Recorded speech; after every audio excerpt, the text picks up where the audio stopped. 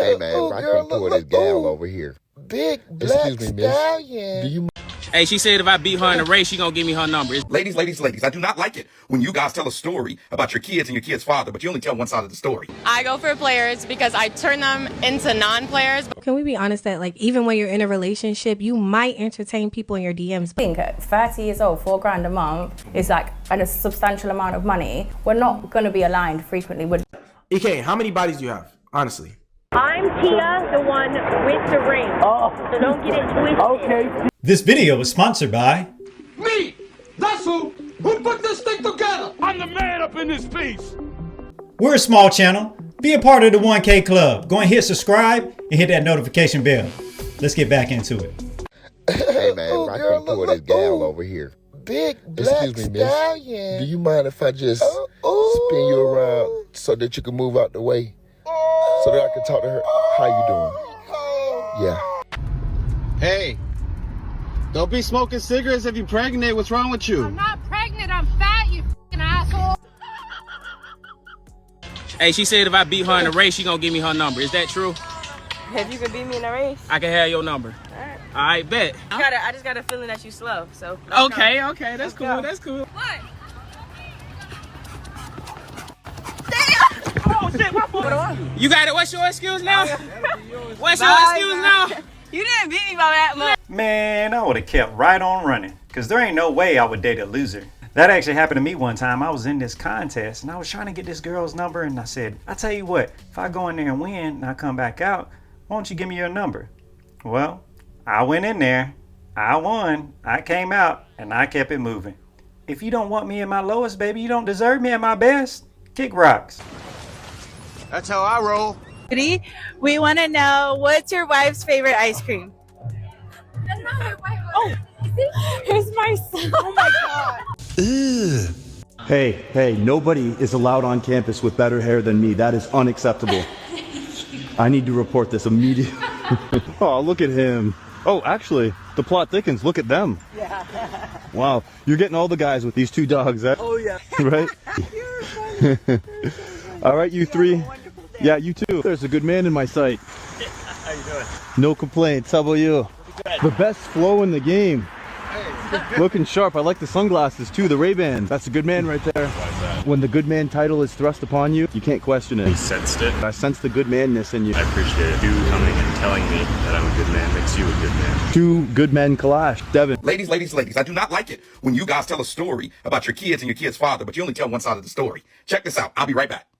Been a rough day. Quick update. My children's father, who has not been a father for the past 2 years, that owes me $24K in back child support. 24 what now? $24K in back child support, and just kind of comes and goes as he sees fit. Showed up to my mom's house. I thought he was actively living in Brazil, like he had told me, but showed up to her house today and let me know that he was releasing his responsibilities and duties as a father, which means he is moving to Dallas, and he has started a couple of businesses, has got all the paperwork to bring his wife back over from Brazil. Proceeded to hand me $50 as he drove away in his red sports car. And yeah, said goodbye to our 5 and 6 year old child. Like it was just another casual conversation. Told me that they'll do better without him in the picture. And that I'm an amazing mother, that I'll be great for the mother and the father role. This chick is an amazing storyteller. I mean, hey, I want to see the movie at this point. This guy's out here living his best life. Can you imagine? He's out here passport broing it up, sprinting around, driving in a red Corvette, little sports car, got his chick to the side, probably a drop top.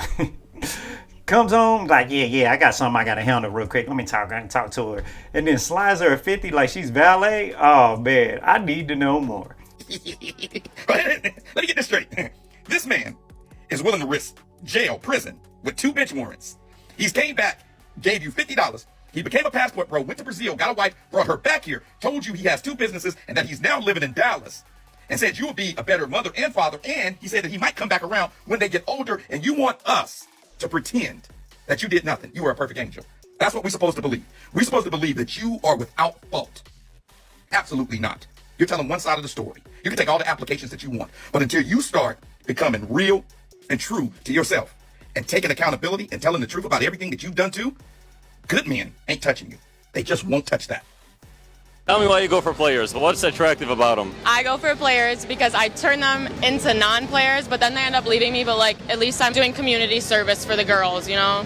What do you mean community service? I meet them and they're like hooked era. And then turning the players into non-players, and then when they leave me, they're better off. I'm like the stepping stone for marriage. Why do they leave you? Be honest. I couldn't tell you. They always tell me they love me, but then they leave, you know? I might think to myself, like, this person seems like a nice person, seems like a good catch. Yeah, he's kind of cute. I don't necessarily think further than that, though, because I'm already in a relationship. Can we be honest that, like, even when you're in a relationship, you might entertain people in your DMs, but it really don't mean nothing to you. Yes, like that's what I'm saying. It doesn't like, mean I'm gonna cheat with you. It doesn't mean I want to cheat. I entertain DMs, but I respect you enough not to make it go past. All right, so we live in a day and age to where women are just online trying to seek attention. But if you're in a relationship, where is that line? Where's the line of disrespect? Is she's entertaining other men in the DMs, but it doesn't go too far? Is that okay? Or is that grounds to break up?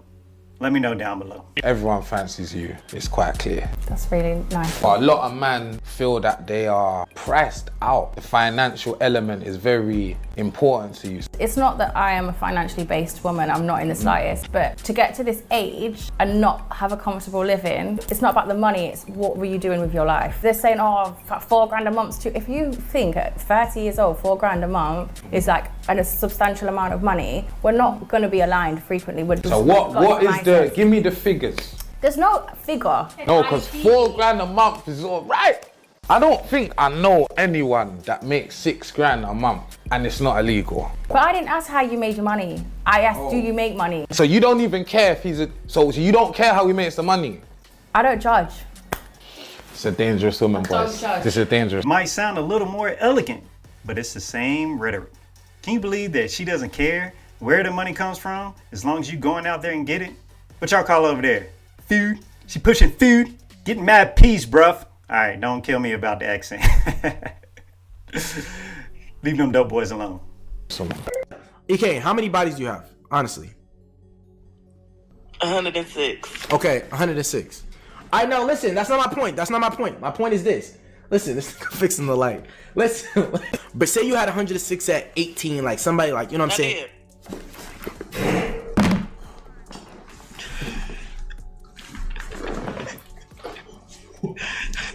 Hello? Are you there? Oh my God. That's crazy. That's she on the phone still? No, that was crazy. I'm Tia, the one with the ring. Oh. So don't get it twisted. Okay, Tia. That's my sister, the one without the ring. I'm married. Yeah, put it on the box. Put it on the Really? Tia, the one that's married. A few moments later. Decided that it was better to be lived, your life's better lived apart than together. Yes. How did you know that it was time? That's a really good question. To take that route? I knew when I really started to focus on my happiness. I feel like women, we tend to focus on everybody else's happiness, making sure that everybody else is okay, meaning our children. It's very tough. I will say I've only been in the dating world for, I want to say 3 months now, and it is exhausting. It's exhausting. I want to throw the towel in. I'm like, what is wrong with, and I will say this. Okay. Someone had told me, and I wanted to be like, no, I disagree with you, and I don't want to believe it. They were like, because my last relationship when dating was, when I was, dating this person, it was beautiful. It was amazing. It was wonderful. There was courting that was, involved. And I was saying how I feel like that's no longer, present, meaning like people just don't court each other anymore. And this person was like, well, that's old news. Like people just don't do that anymore. There's just this whole new way of doing things. And I'm like, you mentioned tradition, and I think that's where it kind of needs to go back to. Going to daddies. I feel like one of the hardest things that I've had to adapt to is dropping my kids off at their dad's house. I've always wanted the family dynamic of having a mom and a dad in one household. And when you're dropping your kids off, you actually visually see how that is no longer. Treat people how you want to be treated, or else karma will come knocking at your door and kick that sucker in like it's a big bad wolf. Ooh. I'm Tia, the one with the ring, with the ring, with the ring. So don't get it twisted. Okay, that's my sister, the one without the ring. I'm married. Yeah. Psych! I'm trying to get more into like engineering. What is a place that an engineer would go to? Where do you think I'm at right now? Google. Engineering firm number 1. Call. It's 5:30. Bad attitude. See that? Limited attitude. This guy, they're going to answer because it is after 5:30 and they're working late because they're the CEO. That's what I believe. So go through, just call everybody? That's what I'm doing. How's it going? You're an engineering firm? I'm calling because I have a friend, Tejpal, that is a young up-and-coming engineer. He's looking to connect with people that have engineering firms. Would it be crazy if I had him email you some questions and maybe take a 6-minute phone call? He's just looking for some advice. Tejpal, how old are you? 20. He's 20. Yeah, no expectations, but if you're okay, I'll just have him email you and you guys can take it from there. Oh, right here. Look, he wants to talk. Go for a walk. Okay. Yeah, dude. He didn't want an email. Busy people want to do it now. Just say it. That's the power of having a network right there. If you're sitting there grinding and doing your thing, make sure you surround yourself with like-minded people. You'll meet them along the way. It's generally not the people that you grew up with or even your family.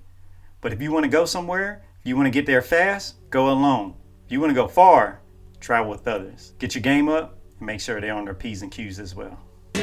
That's how I lost the weight. I brainwashed myself into believing whatever I was doing was nothing compared to what other people were doing out there. So I looked up to David Goggins, people doing extraordinary things. I wasn't comparing myself to Joe from the office who comes home, has a pizza, drinks a beer, watches TV and goes to sleep. Me running at 350 pounds, I decided to start running from day one of this weight loss journey. And at 350 pounds, you're not meant to run. But then I looked at people like David Goggins who ran on broken legs. I look at people like James Lawrence who did 100 back-to-back triathlons in a row. And then that becomes a standard. Then what you're doing doesn't feel that crazy anymore. And if you don't have those people physically in your life, that's the beauty of the internet. It connects you and puts you in contact and in the direct circle of people who have done extraordinary things, and you can look up to them and see what they're doing, and then that could instill some belief in you that it's possible for you as well. That's it, fellas. If you got a goal you want to reach, go be disciplined, be consistent, and go be that mofo I know you can be. All right, guys, I appreciate you for tuning in. I'll catch you on the next one.